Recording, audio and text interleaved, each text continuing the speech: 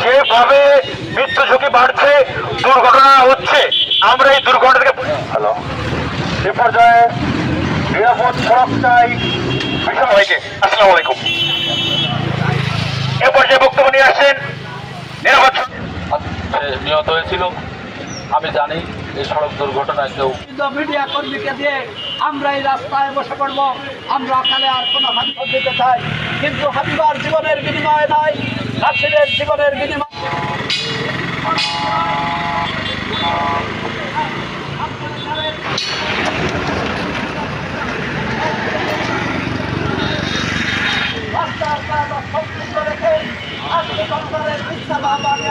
Hello এ পর্যায়ে নিরাপদ সড়ক চাই বক্তব্য রাখবে মামুন ভাই।